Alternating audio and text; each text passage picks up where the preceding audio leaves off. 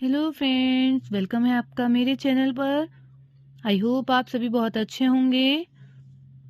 जैसे कि आप सभी जानते हैं, मैं आपको सीटेट पेपर 1 ईवीएस की प्रैक्टिस करा रही हूँ। जो प्रैक्टिस सेट हैं प्रीवियस ईयर वही करा रही हूँ। तो आज हम करने वाले हैं 2021 का जो 31 जनवरी में पेपर हुआ था उसका प्रैक्टिस सेट कि ईवीएस में कौन कौन से क्वेश्चन आए हैं और किस टाइप के क्वेश्चंस आए हैं। तो हम क्वेश्चन को देख लेते हैं। और चैनल पर न्यू है तो चैनल को ज्वाइन कर लीजिए। वीडियो अच्छी लगे तो वीडियो को लाइक भी कर दीजिएगा। देखते हैं। फर्स्ट क्वेश्चन है, ईवीएस में मानचित्रण कौशल क्या होता है? मानचित्रण कौशल रिकॉर्डिंग कौशल को विकसित करता है, स्थानों की सापेक्ष स्थिति की समझ को विकसित करता है, या फिर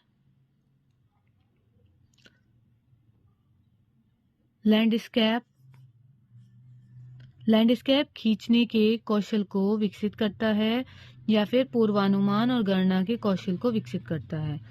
तो जो मैप होता है, मैप का क्या काम होता है? स्थानों की जो सापेक्ष स्थिति होती है उसकी तो समझ बताता है। मैप से हम यही तो देखते हैं, जो स्थान है उसके बारे में पता चल जाए कि ये दिशा किस साइड जा रही है, ये सब। तो इसका एक्सप्लेनेशन देख लेते हैं।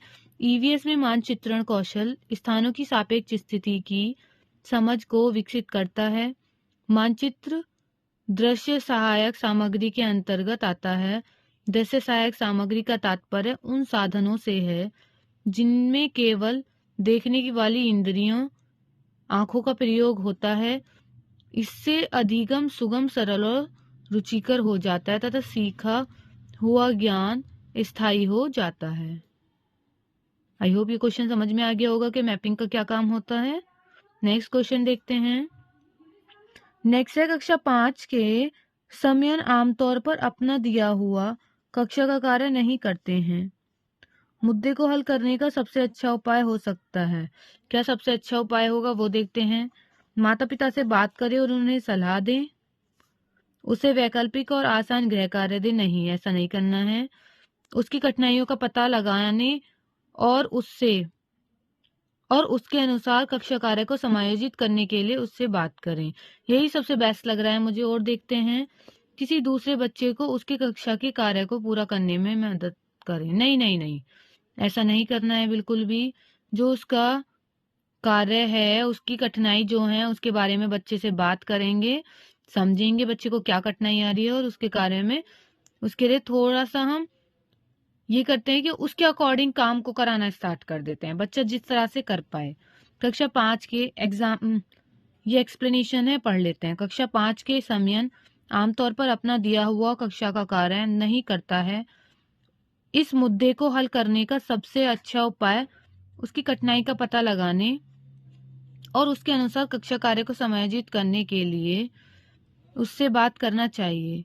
इस प्रकार का शिक्षण निदानात्मक और उपचारात्मक शिक्षण के अंतर्गत आता है। निदानात्मक शिक्षण बच्चे के पिछड़ेपन होने का कारण ढूंढना ही निदान कहलाता है। यानी किसी विषय में छात्रों की असफलता की जानकारी करना ही निदान कहलाता है। ठीक है। उपचारात्मक शिक्षण बच्चों की कमियों को पता लगाने के बाद उनका समाधान करना उपचारात्मक शिक्षण कहलाता है। नेक्स्ट क्वेश्चन देखते हैं। नेक्स्ट क्वेश्चन देख लेते हैं। मुस्कान ने परिवहन में डीजल वाहनों का उपयोग निषिद्ध होना चाहिए विषय पर एक वाद विवाद का आयोजन किया। मुस्कान के द्वारा इस विषय पर कक्षा में वाद विवाद के आयोजन का क्या उद्देश्य है? देखते हैं। वह आधुनिक वाहनों के उपयोग के लाभों पर छात्रों को संवेदनशील बनाना चाहती है। ओके, आगे देखते हैं। यह इस मुद्दे पर छात्रों को कई दृष्टिकोण की सराहना करने में मदद करता है। ये ज्यादा बेस्ट लग रहा है। नेक्स्ट देखते हैं। वह पूरी तरह से परिवहन में डीजल वाहनों पर प्रतिबंध लगाने की आवश्यकताओं पर छात्रों को संवेदनशील बनाना चाहती है। यह छात्रों के विचारों को जानने और उन्हें सही करने में मदद करेगा। नहीं, करेक्शन नहीं करना है, तो हमारा सही कौन सा होगा? बी वाला। एक्सप्लेनेशन देख लेते हैं। कक्षा में आयोजित वाद विवाद प्रतियोगिता परिवहन में डीजल वाहनों का उपयोग निषिद्ध होना चाहिए। इसे छात्रों को इस विषय पर अपने विचारों को रखने का उचित अवसर मिलेगा और उनमें सोचने व समझने की जो क्षमता है उसमें वृद्धि होगी। अतः एक अध्यापक के तौर पर मुस्कान को इस मुद्दे पर छात्रों के दृष्टिकोणों की सराहना करने में मदद मिलेगी। वाद विवाद किसी विषय में पक्ष विपक्ष में अपने विचारों को प्रकट करना ही वाद विवाद कहलाता है। विद्यालय, विश्वविद्यालय या अन्य शैक्षिक संस्थान वाद विवाद प्रतियोगिता आयोजित करती है। इसका मुख्य लाभ बच्चों की भाषण कौशल का विकास तथा उसकी सृजनात्मक क्षमता का विकास होता है। आई होप ये क्वेश्चन समझ में आ गया होगा। नेक्स्ट क्वेश्चन है, कुछ हजार साल पहले भारत में तालाब के निर्माण के अल-बिरूनी के अवलोकन के आधार पर कक्षा 5 के ईवीएस के पाठ्य पुस्तक में एक अनुच्छेद है। इस अनुच्छेद को शामिल करने का क्या उद्देश्य होगा? पढ़ते हैं। यह इतिहास के स्रोतों की पहचान करने में शिक्षार्थियों की मदद करता है। सही बात है। नेक्स्ट देखते हैं, ये शिक्षार्थियों को उनके अवलोकनों की रिकॉर्डिंग में सुधार करने में मदद करता है। नहीं, रिकॉर्डिंग तो करनी ही नहीं है। नेक्स्ट देखते हैं, यह शिक्षार्थियों को कुछ हजार साल पहले भारत में मौजूद तकनीक की सराहना करने में मदद करता है। सही बात है। नेक्स्ट क्या है, यह शिक्षार्थियों को इतिहास में साक्ष्य की भूमिका की सराहना करने में मदद करता है। ये बात भी सही। तो हमारा आंसर क्या हो जाएगा? फर्स्ट, थर्ड और फोर्थ, ये 3 सही हैं। एक्सप्लेनेशन देख लेते हैं। 1000 साल पहले भारत में तालाबों के निर्माण पर अल-बिरूनी के अवलोकन के आधार पर कक्षा 5 के ईवीएस के पाठ्य पुस्तक में शामिल किए गए अनुच्छेद का उद्देश्य छात्रों को जल भंडारण के इतिहास के स्रोतों से उनकी पहचान करवाना और 1000 वर्ष पहले भारत की समृद्धशाली तकनीकी एवं वैज्ञानिक तकनीकी से अवगत करवाना है कि भारत जल संरक्षण के लिए बड़े तालाबों का निर्माण किया करते थे, जो साक्ष्य के रूप में वर्तमान में भी मौजूद हैं, जिससे इन साक्ष्यों की भूमिका की सराहना करने में मदद मिलती है। आई होप ये क्वेश्चन समझ में आ गया होगा। आगे नेक्स्ट क्वेश्चन देखते हैं। नेक्स्ट क्वेश्चन है हमारा, ईवीएस की एकीकृत प्रकृति सहायक है। किस चीज में सहायक है देखते हैं। शिक्षार्थी केंद्रित उपागम का पालन करने और संकल्पनाओं की आर्थिक संख्या का परिचय देने में। ओके। दी गई सूचनाओं को विवरणों से सीखने में। पाठ्यचर्या के भार को कम करने और विशेष प्रकरणों को पेश करने में। पाठ्यक्रम को तो कम करना ही नहीं है। नेक्स्ट है, पाठ्यचर्या के भार को कम करने और विद्यार्थियों को सार्थकतापूर्ण सीखने में। ये वाला हमारा डी सही है। ठीक है, तो एक्सप्लेनेशन देख लेते हैं।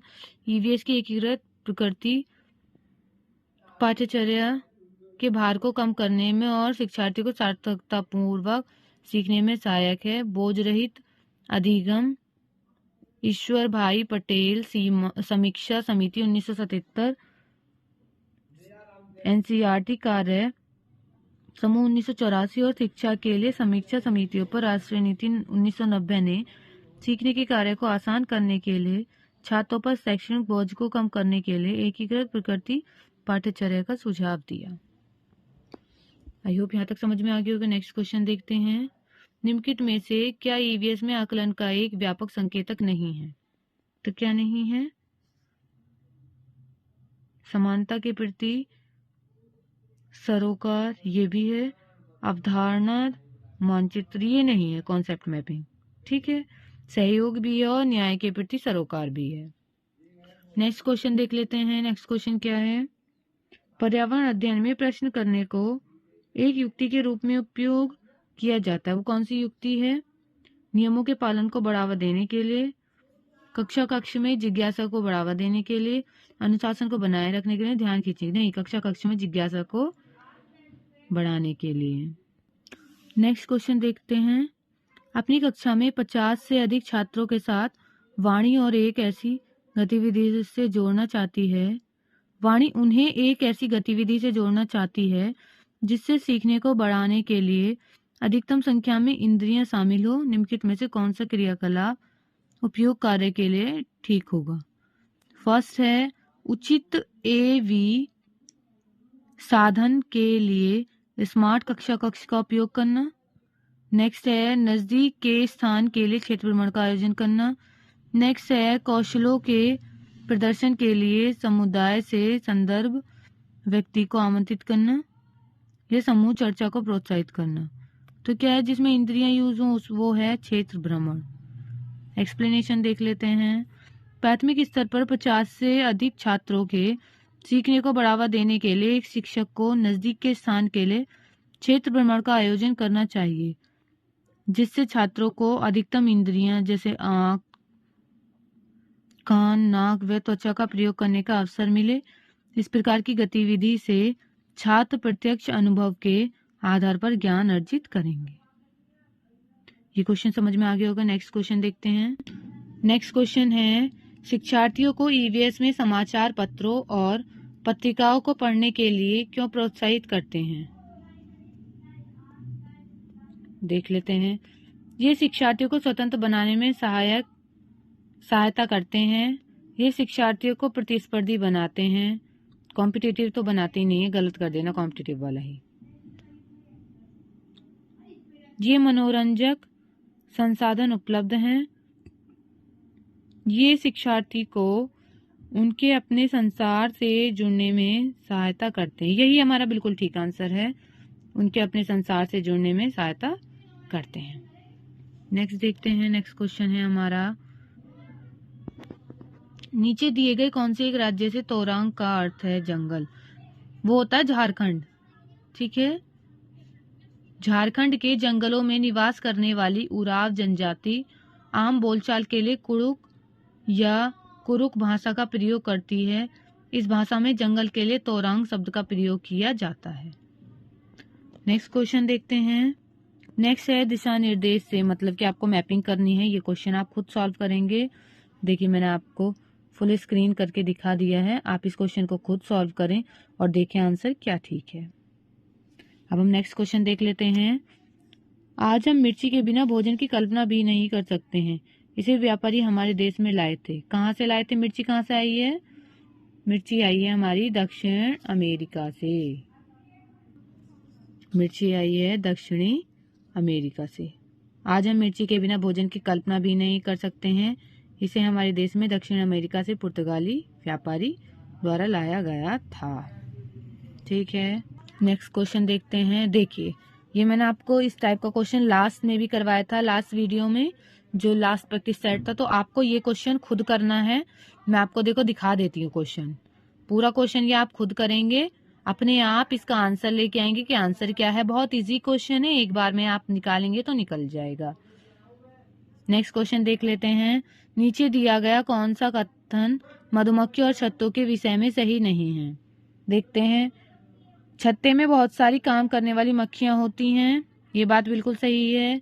नेक्स्ट है छत्ते में केवल कुछ नर मक्खियां होती हैं। ओके, हाँ कुछ ही होती हैं।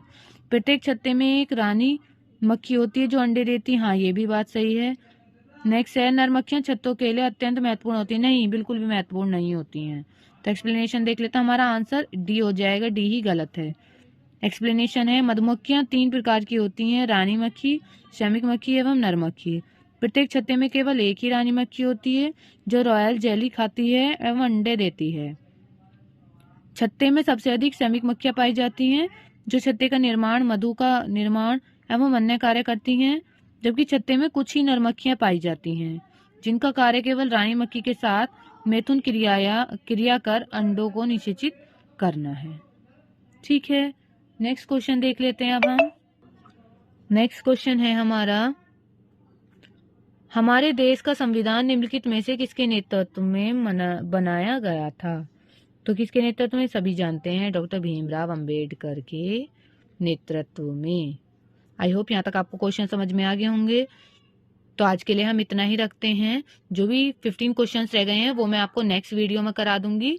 वीडियो अच्छी लगी है तो लाइक कीजिए और इसको प्रैक्टिस भी कर लीजिए और चैनल को सब्सक्राइब भी कर दीजिए अगर चैनल पर न्यू है। Thank you for watching.